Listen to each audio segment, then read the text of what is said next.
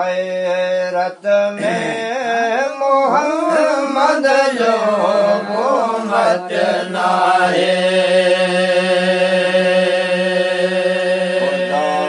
महबूब खुद पहिजो